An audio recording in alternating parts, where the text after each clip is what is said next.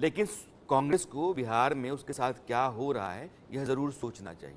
वैसे पार्टी सोच भी लेगी तो उसके पास कुछ है नहीं विरोध करने को, खड़ा होने को, तो अजीब सी स्थिति है। आरजेडी कांग्रेस को छोटे भाई के रोल में समेट चुकी है। सीट शेयरिंग में पार्टी की बहुत फजीहत पहले ही हो चुकी है। अब ऐन मौके पर जो कांग्रेस के बिहार में पूर्व अध्यक्ष हैं अनिल शर्मा, उन्होंने इस्तीफा देकर के एक बड़ा झटका दे दिया है। अनिल शर्मा जाते जाते मल्लिकार्जुन खड़गे को काफी भला बुरा भी बोल गए। 39 वर्षों से पार्टी के साथ रहे अनिल शर्मा पार्टी में पप्पू यादव के आने से परेशान थे। कांग्रेस पर आरजेडी के बढ़ते दबदबे को भी अनिल शर्मा पसंद नहीं कर रहे थे और यह बात उन्होंने जाते जाते कही। मेरे ऊपर यह नहीं कह सकते कि मैं कोई पद के कोई असुविधा के कारण, कोई निजी हित के टकराव के कारण ऐसी बात कर रहा हूं। मेरा उससे मतलब नहीं है। तात्कालिक कारण है। मैंने कहा ना कि जब राजेश रंजन पप्पू यादव जो मेरी अध्यक्षता काल में मुख्य मुद्दा था मेरा विरोध का, अगर उन्हीं का महिमा मंडन होता हो तो मेरे जैसे कार्यकर्ताओं का कांग्रेस में बने रहने का कोई औचित्य ही नहीं रह जाता है। साधु यादव को चांदी का मुकुट मैंने नहीं पहनाया था, यह भी आपको जानकारी होनी चाहिए। नहीं, अध्यक्षता कोई स्वाभाविक है, अध्यक्षता काल में कोई और किसी को भी पहनाता है, लेकिन उस समय अगर मैंने साधु यादव को ज्वाइन कराया था तो लाजमी तौर पर वह एक युद्ध की स्थिति थी, वार का सिचुएशन था। लालू यादव जी ने चैलेंज किया था कांग्रेस को कि कांग्रेस की जो हैसियत थी वो मैंने दे दिया, और सोनिया गांधी का क्या है बिहार में, तो लाजमी तौर पर मैं भी राजनीति करता हूँ। साम दाम दंड भेद का उपयोग आवश्यक है, और उस समय लालू जी जिस तरह से सांसद बने हुए थे, उस समय साम मतलब मिनट से वो नहीं मानने वाले थे। दम का मतलब उनको खरीदने का भी कोई मामला नहीं था। दंड का मतलब उनको कोई दंडित भी हम नहीं कर सकते थे। तो लाजमी तौर पर हमने भेद किया, उनकी पार्टी को तोड़ा। उसमें उनके साथ जितने लोग आए, पप्पू साधु यादव आए और लोग आए, उनको हमने लिया था। अनिल शर्मा ने इस्तीफा दिया। बिहार में कांग्रेस के जो प्रवक्ता हैं असित नाथ तिवारी, उन्होंने भी इस्तीफा दिया। इससे एक बात साफ हो गई कि कांग्रेस निर्णायक स्थिति में नहीं है।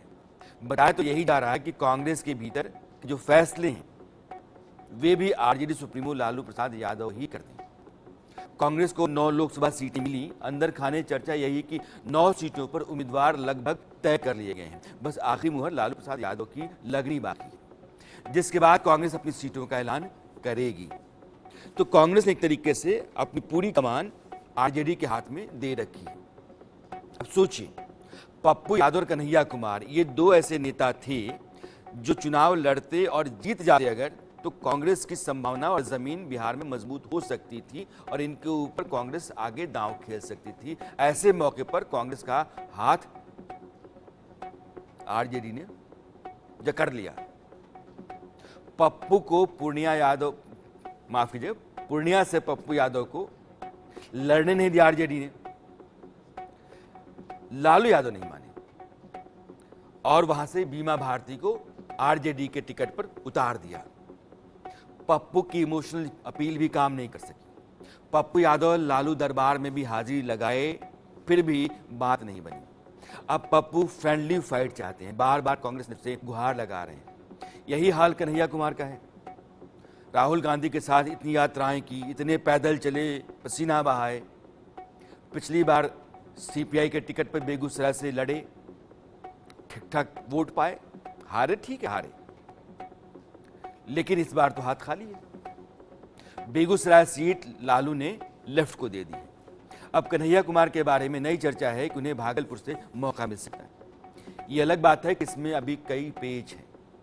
भागलपुर से जो विधायक हैं कांग्रेस के अजीत शर्मा, वो रेस में है। इसी के साथ प्रदेश अध्यक्ष अखिलेश सिंह भी अपने बेटे आकाश सिंह के लिए यह सीट चाहते हैं, भागलपुर वाली। अखिलेश सिंह लालू के करीबी हैं। वो किसी भी हाल में अपने बेटे को लॉन्च करना चाहते हैं और लालू उनके लिए मददगार हो सकते हैं, इसलिए वो लालू के साथ चिपके हुए हैं। और पप्पू यादव का जो पत्ता कटा, उसमें उनकी भी बड़ी भूमिका रही। उनकी नजर भागलपुर के साथ अखिलेश की मुजफ्फरपुर, बेतिया और पश्चिमी चंपारण पर भी है। कांग्रेस की हालत जो बिहार में है वैसी ही है जैसा मैं आपको बता रहा हूं, सुना रहा हूं। पार्टी का जो शीर्ष नेतृत्व है उसकी तरफ से कोई बयान नहीं आता है। कांग्रेस के दिग्गज लालू यादव की तरफ टकटकी लगा करके बैठे रहते हैं। ये स्थितियां हैं। अब रितेश हमारे सहयोगी हैं, पटना से भी जुड़े हुए हैं। रितेश, ये नेताओं का पार्टी छोड़ करके जाना, कन्हैया कुमार और पप्पू यादव दोनों का निपट जाना, कांग्रेस की जमीन अब बिहार में बची भी है या नहीं? हाँ, बिल्कुल सही कहा आपने। अब जमीन मेरे ख्याल से बची नहीं है, क्योंकि पार्टी के जो पुराने नेता, आप देखिए कि अनिल शर्मा, दशकों से उन्होंने कांग्रेस की राजनीति की है। करीब 4 दशकों तक वो कांग्रेस के साथ रहे, पार्टी के अध्यक्ष भी रहे बिहार में, और मुखर होकर लालू प्रसाद यादव के साथ जब पार्टी का गठबंधन हुआ था तो कई मुद्दों पर वो अपनी बात रखते थे। देखिए कि आज दुखी होकर उन्होंने कल पार्टी छोड़ दी।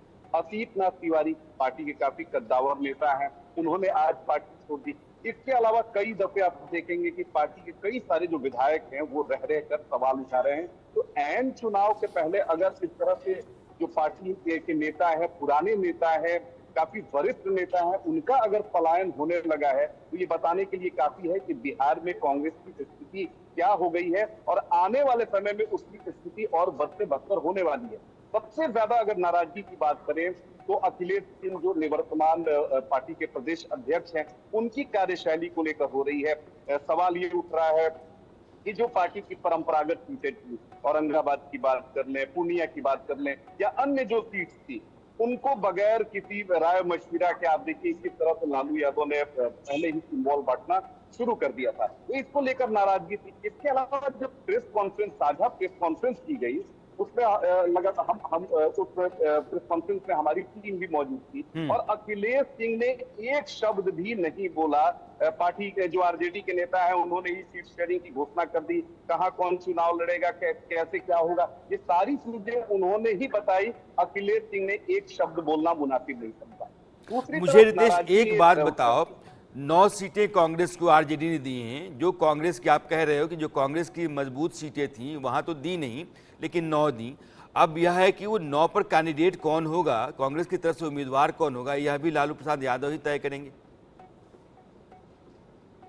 बिल्कुल, देखिए सारी चीजें जो है वो आरजेडी सुप्रीमो तय कर रहे हैं, और कहीं ना कहीं इसी को लेकर कांग्रेस के जो पुराने नेता हैं उनमें बड़ी नाराजगी है। उनका कहना है कि जब लालू यादव ही सब चीज तय कर रहे हैं तो फिर पार्टी का अस्तित्व, उसका औचित्य क्या है। आप देख लीजिए पटना साहिब में पार्टी का कौन उम्मीदवार होगा, कांग्रेस के खाते में ये सीट गई है, किसी को जानकारी तक नहीं है। और अंदर खाने ये हमें जानकारी मिल रही है कि कोई ऐसा आदमी होगा जिसे आरजेडी सुप्रीमो लालू प्रसाद यादव अपनी मुहर लगाएंगे। महाराजगंज सीट की अगर बात करें तो महाराजगंज लंबे समय तक आरजेडी के खाते में रही। उसके पहले बात करें तो वो कांग्रेस के खाते में लंबे अरसे तक सीट रही, लेकिन वहां अखिलेश सिंह अपने बेटे को चुनाव लड़ाना चाहते हैं।